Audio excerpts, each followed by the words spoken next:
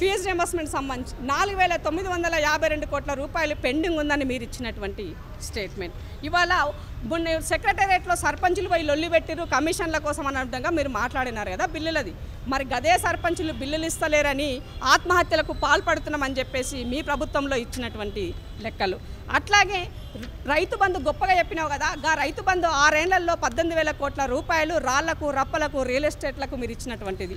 అట్లాగే కంటి వెలుగు గొప్ప అని చెప్పినావు కదా, కంటి వెలుగులో 20 మంది కళ్ళు పోయినాయి.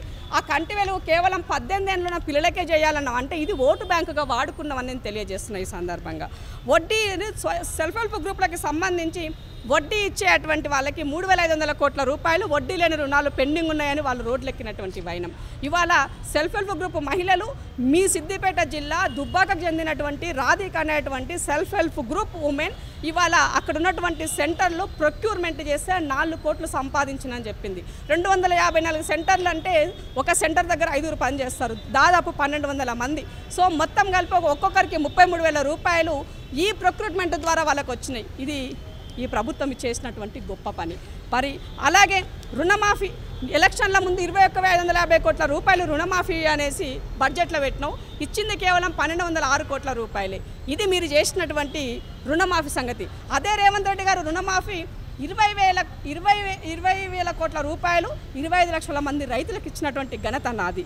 ఇక ఈ ప్రభుత్వం ట్రాన్స్జెండర్లను ఇవాళ ట్రాఫిక్ దగ్గర ట్రాన్స్జెండర్ ఉద్యోగులు వాడుకుంటుంది. అలాగే ఆరోగ్య పరిస్థితి కోసము మైత్రి క్లినిక్లని జిల్లాలో ఏర్పాటు చేసింది. ఇక ఫీజు రియంబర్స్మెంట్ పెంచట్లా ఇస్తలేని చెప్పినాము. అన్నిటికన్నా ఇంపార్టెంట్ ప్రజాసొమ్ము దుర్వినియోగం చేయడంలో 332 కోట్ల రూపాయలు నీ గో మీడియాకి, నీ టీ న్యూస్కి స్పెషల్గా నువ్వు ఇచ్చినటువంటి ఫండ్స్.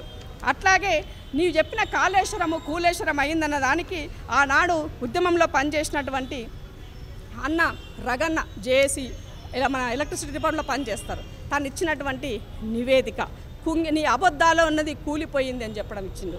సో నిజంగానే కేసీఆర్ నిజాయితీపరుడైతే దమ్ము ధైర్యం ఉన్నోడైంటే 2 రోజుల క్రితం ఈ ప్రభుత్వం రిలీజ్ చేసినటువంటి కమిషన్ కాళేశ్వరం కమిషన్ ఏదైతే ఉన్నదో దానికి సంబంధించినటువంటి రిపోర్టు తప్పైతే నిన్న తెలంగాణ సమాజం ముందు ఎందుకు పెట్టలే అంటున్నా నేను.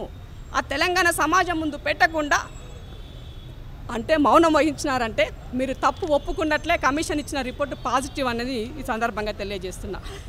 Subscribe us and press the bell icon for more interesting updates.